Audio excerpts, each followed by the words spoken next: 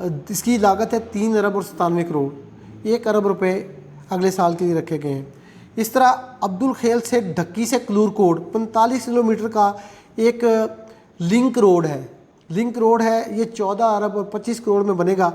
یہ جو link road ہے یہ دو جو ہے نا بڑی سڑکیں ان کو یہ ملائے گا، N50 اور N55 کو۔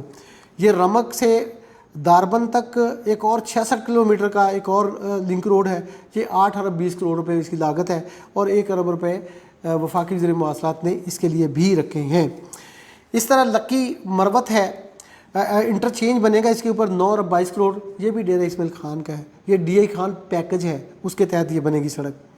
اس طرح 56 کلومیٹر کی ایک سڑک ہے عیسیٰ خیل سے یعنی ارسلہ خان سے کرک تک، یہ بھی ڈی آئی خان کا پیکج ہے، یہ اس کے اوپر لاگت ہے 6 ارب اور 92 کروڑ روپے۔ تو جناب یہ وزیر مواصلات نے اپنی وزارت کو اپنے ضلع کے لیے استعمال کی ہے۔ بے شمار دیگر سڑکیں ہیں ان کے لیے میں نے آپ کو بتا ہی دیا ہے کہ 157 ارب 50 کروڑ، یہ جسٹیفائڈ تھنگز نہیں ہیں، یہ پاکستان کے لیے اچھی پلاننگ نہیں ہے کہ ایک سڑک کو 300 ارب روپے میں بنایا جائے۔ موٹر وے کو، پہلی موٹر وے لاہور کراچی، لاہور اسلام آباد والی جو ہے اس کا تو اشر دیکھیں کتنا اس کا ٹریڈ کو مال جا رہا ہے، اس کی طرح ریونیو تو چیک کریں۔ وہ فلیگ شپ پروجیکٹ تھا پاکستان، موٹر وے کی نہیں، ریلوے کی ضرورت ہے۔ ریلوے بنائیں، مضبوط کریں، سستا موڈ ہے، ٹرانسپورٹیشن فار دا پیپل، مسافروں کے لیے بھی اور مال برداری کے لیے بھی۔ پاکستان ریلوے نہیں ہے، ایک ادارہ نہیں ہے، ایک محکمہ نہیں ہے، پاکستان کی معیشت کی بیک بون ہے، اس کو بحال کریں، پاکستان کو کمر کو سیدھا کریں گے پاکستان کھڑا ہوگا۔ IMF کھڑا نہیں کر سکتا پاکستان کو، پاکستان کے سیاستدان، پاکستان کے پلانرز، پاکستان کی میں سمجھتا ہوں کسی حد تک اسٹیبلشمنٹ کھڑا کر سکتی ہے۔ آپ کا بہت شکریہ۔ اگلے ویلاگ میں میں آپ کو ایک بہت اہم ایشو ہے نیس پاک، آپ نے ادارہ سنا ہوگا اس کے بارے میں، بڑی اہم خبر دوں گا۔ آپ کا بہت شکریہ۔